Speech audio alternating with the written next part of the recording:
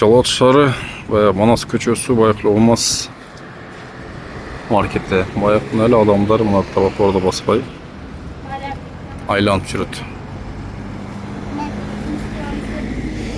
Азыр Бакыт Молдожанов экөөбүз келдик.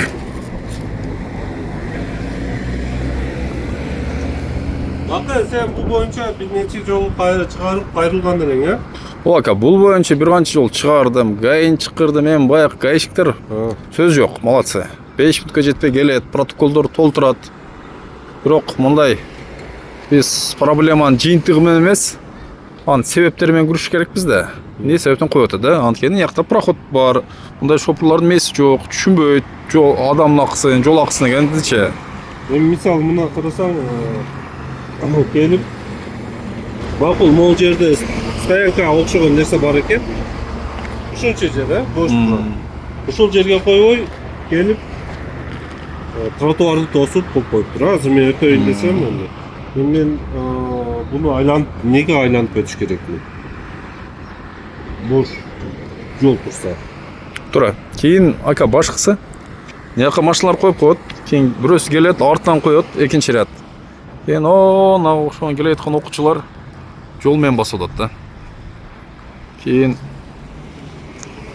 эме адам укугу, анын акысы, коопсуздугу биринчи орунда турат да. Мындай клиенттердин калоосу эмесчи. Ошо бул жерде деле баягы оңой эле чече турган проблема. Жанагы сен көрсөткөндөй бордюр коюп койсо, бул жакта болду да, ошо эле проблема да. Бул ким неге буга реакция кылбайт, мен түшүнбөйм да.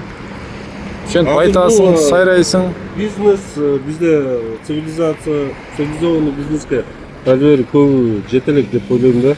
Өзүнүн иши бүтсө, өзүнүн мухаждыгы бүтсө, башкалардыкынын иши жок.